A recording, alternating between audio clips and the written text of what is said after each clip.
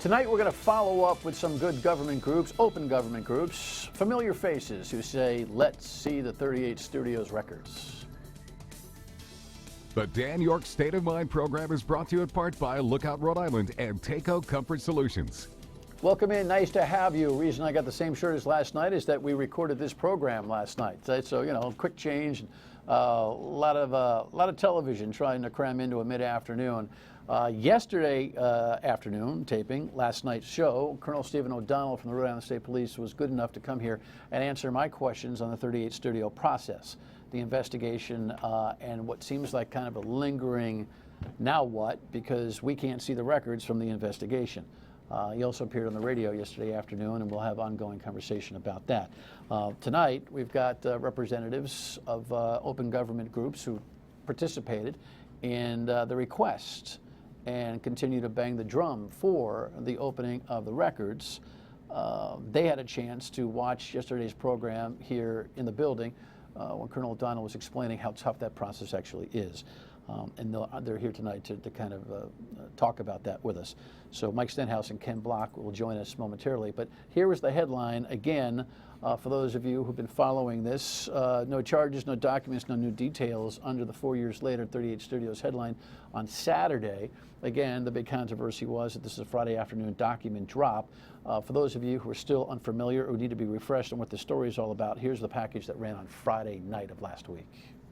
After 4 years, 2 grand juries, and 146 people interviewed, investigators found no probable cause for any criminal charges against anyone involved in the 38 Studios debacle. A bad deal does not always equate to an indictment.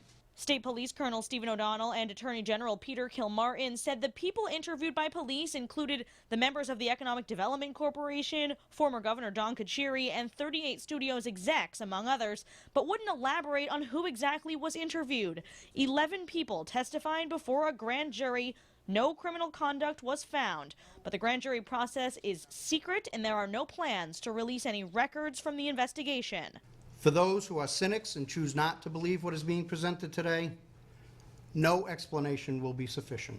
The two did criticize the process by which lawmakers gave Curt Schilling's video game company $75 million, which later left taxpayers on the hook once 38 Studios went bankrupt. This was not a transparent process. Colonel O'Donnell called the deal flawed, said public officials ignored the risk factors, and some even lied. There were people involved in the process that were less than candid with what had transpired. But police declined to name those people or say if they are still in office.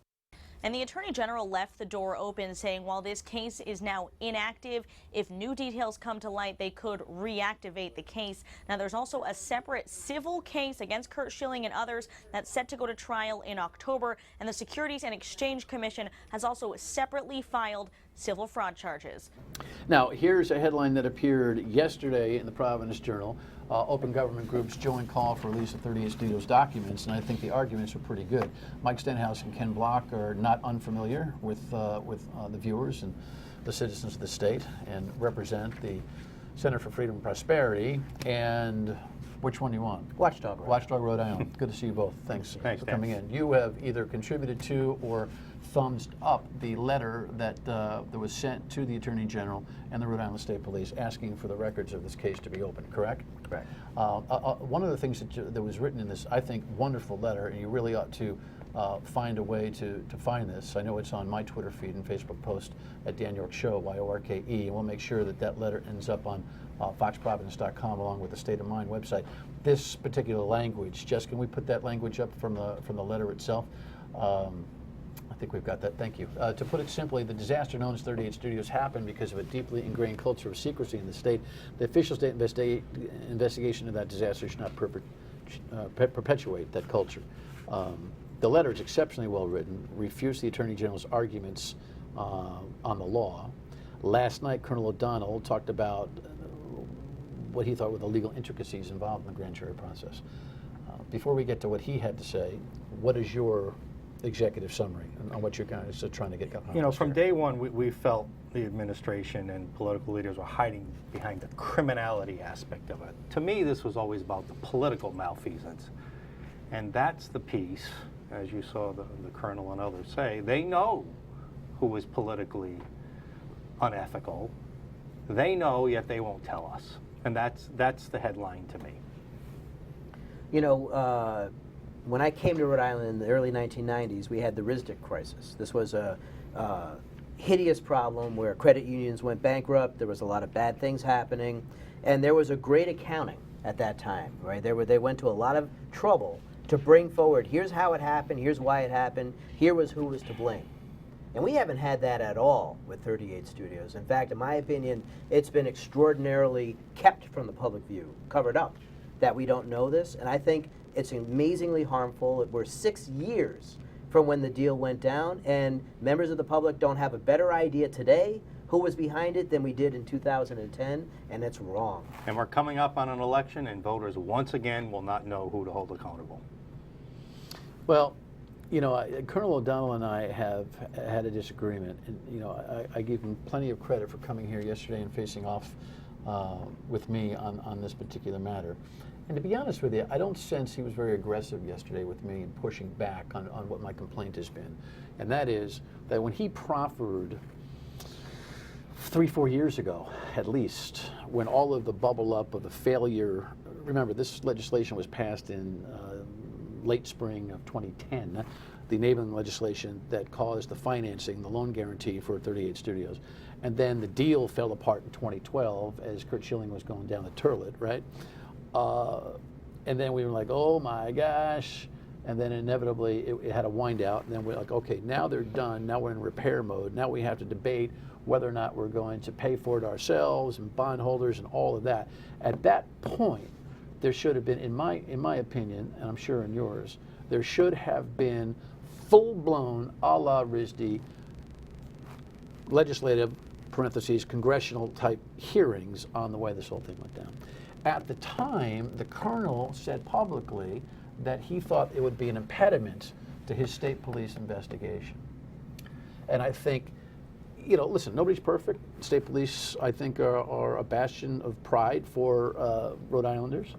But I think that was an inherent mistake on his part because it created a vacuum. And we see the end result of the vacuum, and that is grand jury proceedings and legalese prevent that particular criminal investigation from being exposed, and the leadership now says enough already, and we never got what we needed. Yeah, that criminal investigation, I call it a shield, created a shield for the political malfeasance, and I think it was done purposely. I'm not blaming the colonel on that, but I think at the highest levels that criminal shield was used very effectively. Well, I respectfully blame the colonel, because the colonel is trying to do his job. And Colonel's going to listen, we want to do our job in the easiest, quickest way that we can get our job done. And the way we like to do things is to get the first crack at witnesses, not the second.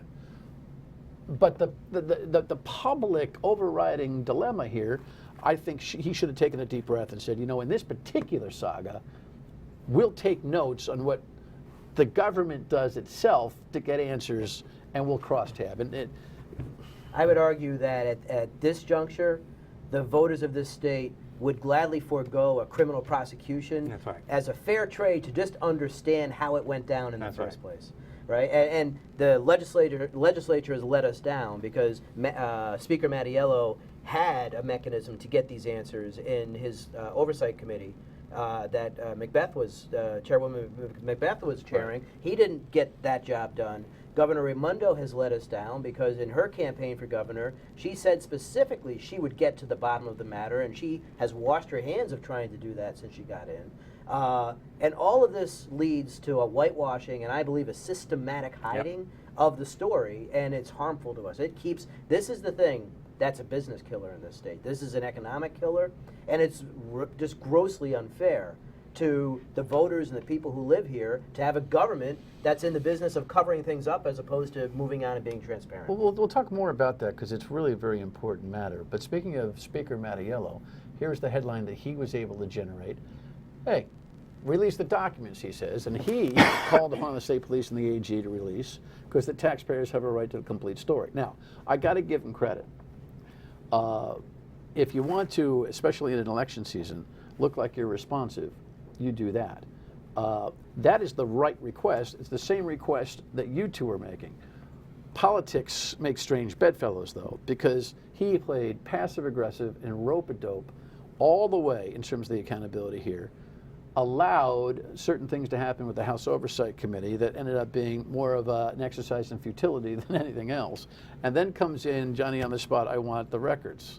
Here was the AG's response, by the way, I'll get the guy's reaction. Release of documents could jeopardize the integrity of the investigation should new information come to light. That would warrant it to be reactivated. Yeah, because everyone's going to come running, give up the fifth, and go running in on that one. It's a political reaction, not a legal reaction. Well, I think it's both. You know, Nick Mattiello at least wants to leave the impression that he's with you guys. Yes?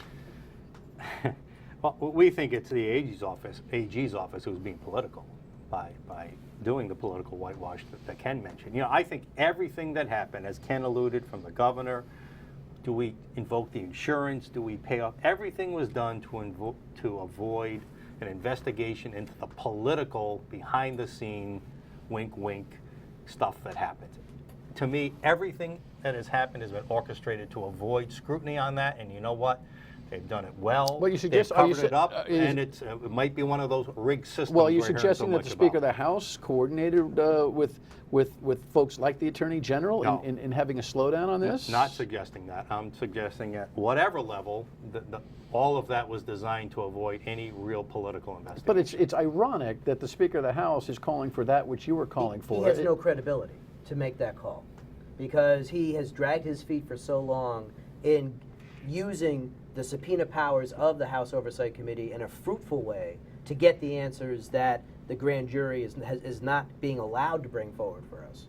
So for Speaker Mattiello to be an impediment and then at best a lukewarm supporter of a legislative solution to this, provide the answers to this unknown problem, now he's coming out and saying, go grand jury, we need that information. It doesn't hold any water because he has not been, in my opinion, an honest actor at trying to get this information out on behalf of the public in the first place. When we come back, we'll talk about the pressure that these groups and others are putting on the Attorney General to cough this stuff up or go to the court to ask for it to be coughed up. Stay with us.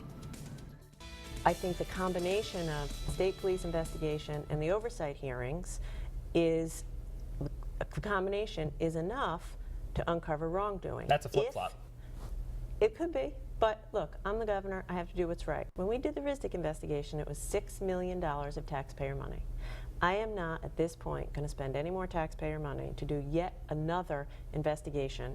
Okay, there's a level of tone deafness that the governor continues to have in this whole thing, as if every citizen in this state would think it's a complete waste of money to have a legitimate investigation into the political processes and the stench of 38 studios. Is she kidding me? Now that's some newsmakers, a while back. She promised during the campaign that she'd launch an independent investigation, but like we've said, she, the Speaker, and others, for the most part, have let the state police investigation, the criminal investigation, shield them from doing what is necessary. In my view, there's a reason, and it's my theory. The governor wants this to be put to bed because her whole economic development philosophy is doing more 30 studios type deals, many more of them on a smaller basis. That's what all those tax giveaways, tax credits we read about. Well, let me tell you something, Michael. She doesn't want that theory to be exposed as fraudulent and a bad risk of taxpayer money. Oh, but wait a second. I mean, your theory may be correct, but talk about counterintuitive. Right, of course. But one of the difficulties about the 38 studio story is that the level of distrust amongst the public right now is so significant, a la Superman building, for instance. All I have to do is spit that word out, and people go nuts. Not a dime of taxpayer money ever.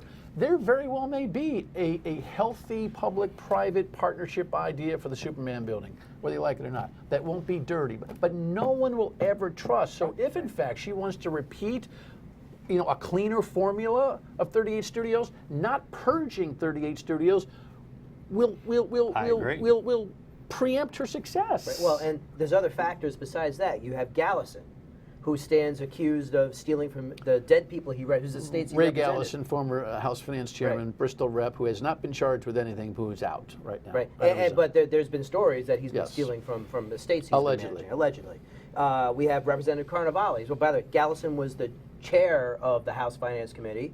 The vice chair was Rep. Carnevale, who was determined to not live in the district that he represented. Target 12 investigation bore out his final decision not to run for re-election. Some groups, including yours perhaps, are calling for him to resign. We have the truck toll debate or lack of debate and how it was really rammed through at the very last minute. I mean, I can point to you to a dozen things that happened just in this last legislative session where the bulk of the people in the state look at how we're being governed and scratch their heads and they say, what is this? Why is this? How is this possible? We do not appear largely to be living in a representative democracy right now because we're being governed in a very different way, right? The voters do not have the visibility and the accountability that we should have over our elected officials, and it's an outrage. And, you know, let me think about this. In the same week, now we haven't talked about this yet, but in the same week that the Attorney General was sued for not releasing public documents last week, and the story hasn't got a lot of play, our center was involved in that, has to do with this National Attorney General climate change investigation and cabal they're involved. He refused to release documents and was sued. On the same day that they refused to name names and release documents with this 38 studios, this Attorney General held an open government summit that morning. What do you call that? This is a charade. I call it a charade. That's what Ken's saying. We are not getting a transparent government. The people, this is your word, the people deserve to know what happened with 38 studios. They deserve to know what's going on in our government, yet this government will not be open. And one of the things that, speaking of the Attorney General, so again, to finish the governor's thing, her economic, she does not seem to understand that when she says, would you just grow up or get over it? Right. Stop crying over spilt milk and put this thing behind us. That unless it's done with the proper process, it will never leave. Correct. It will dissipate. I mean, over time, it will dissipate, but it certainly stunts the kind of good feeling that outsiders have about this place because they recall that 38 Studios still seems to linger. Because, of course, the civil case, which I think will be settled, not tried, and the SEC fraud investigation may add some punch. But she doesn't get it. And she very well may be gone before, and who knows. That is so problematic. Do you still sense that the general public yearns for answers on this? Or does it too join the governor in this failed logic that nothing else can or should be done? I think it contributes to the overbearing apathy that exists in this state. When something as bad as 38 Studios happens and you can't get government to be cooperative to bring out how it happened and provide accountability, that beats people down, right? And some people respond to that apathy by leaving. Others just sort of check out and say, it's the way it is. Look, one of the bigger outrages in this whole thing, and we haven't discussed it yet here, is the fact that Attorney General Kilmartin did not recuse himself from this case, and he should have because he was the whip. He was the majority whip. He had a leadership position in the Democratic caucus. He almost certainly had to know about the intent of the 38 Studios money. He'd say no. And by the way, to be factually correct, he had stepped away from that leadership position 2 weeks before. In a short period of time prior to the legislation actually being initiated. The Colonel and I had a disagreement about the Colonel's cover. Go to foxprovidence.com and watch last night's show if you missed it. The Colonel has kind of covered the Attorney General on the recusal matter. I don't know why he's been so aggressive that way.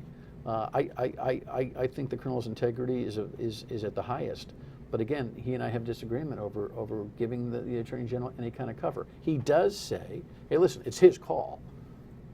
But I have no quarrel with the way he's comported himself. Okay. But the charge here is leadership, trust. Any first-year law student would take a look at this thing and say, the guy voted on the case which is being investigated. It's a public interest case of tremendous proportion. Recuse. He hasn't. No, and it is a betrayal of the public trust. There's no question about that. And I don't think voters are going to forget. They seem really riled up about this issue, that nobody was held because of the star power of Schilling, and nobody as of now, held accountable. Well, when we come back, we'll talk about, again, that pressure on the Attorney General, because he's the one that has to go to the court and say, open up these records. How do these guys pull it off? Stay with us. With Mike Stenhouse and Ken Block. So, okay, so a really well-constructed open government request letter for the Attorney General to go see the judge for grand jury proceedings, you know, albeit redacted. And I think the letter, which you should look up, confronts that issue and says, all right, listen, whatever has to be redacted, redact. But we need to know who they talked to, how did they talk to them, you know, what came out with this whole thing. It's going to take that public pressure that you still think exists out there in order to be able to really, you know, put it down. Lexi just told me at the taping of this show, you'll probably see it in headlines, you probably saw it tonight. We taped the show yesterday afternoon. That the new oversight chairperson in the state legislature is called for for the material to be released. What's the tactic here? What do you do? Walk around the Attorney General's office for 3 weeks, you know, yelling and screaming with a bullhorn? What do you do? Well, I talked yesterday to the former House Oversight Chair, Karen Macbeth. Yeah. And she reminds us that there still is an SEC investigation apparently going on. So we don't know what fruit that may bear. They, as you recall, well, don't fall in that same trap. No, I know. But still, that's the same trap that we've been in, waiting for criminality from the state police. That's a more securities fraud kind of thing, not so much criminal, but was, you know, with all the bond ratings and all that. So I said, moving forward, you know, our groups have put forward an Office of Inspector General could handle investigation, could prevent this kind of thing. Oh, wait a second. There's two different issues. Okay. It's going to either be it's going to be, at this point, release the records from the criminal investigation, and or another hearing process that they don't have to be mutually exclusive. Right. But on the open records requests. So, two parts. The first thing is I want to give kudos to the ACLU, Common Cause, and the 3 other groups who put that out there, right? So they did big public service for that. Yes. Really big. And I think that the only way you do this is to keep up the public pressure. We have to continue beating the drum. We have to keep pressure on, I believe, Speaker Mattiello in particular, the governor for sure. The governor has said she's playing rope-a-dope again. She's saying, listen, that's the AG's call. By the way, the AG is rumored to be thinking about running for governor. He's a dead man politically walking if he doesn't make a move on this thing. I would encourage him to run. Why, you running? Again? Third time's a charm? I'm just saying, let him run as a Democrat. That sets things well up for whoever's going to run as a Republican. You know, in 3 months, voters are going to have a chance to speak. And I think voters, while it may not be fair to everybody, but voters will have a chance for to state vote. Rep seats and senators. For state reps. And if you should vote out anybody you see in leadership or you think may have been, that will send a message. You know, what we have to do, it's going to be tough to get the documents, because I think they've rigged the system very well. I think they have in this case. I don't know how we get them, but we can send a message that if you do it again, you're going to pay a political price. And I remind the voters to speak out. We need turnover in this General Assembly. Make it happen. He's been here enough. He knows how to hit the camera. Guys, thanks very much. Final word, and we come back. Stay with us. It'll be interesting to see how much public pressure joins with the good government groups, the open government groups, to get the Attorney General to petition the court to open up the criminal investigation. You know what? We wouldn't have had it done that if we had the right kind of hearings. That we are still lingering with questions about the whole 38 Studios thing will hurt this economy for a long time. Good night.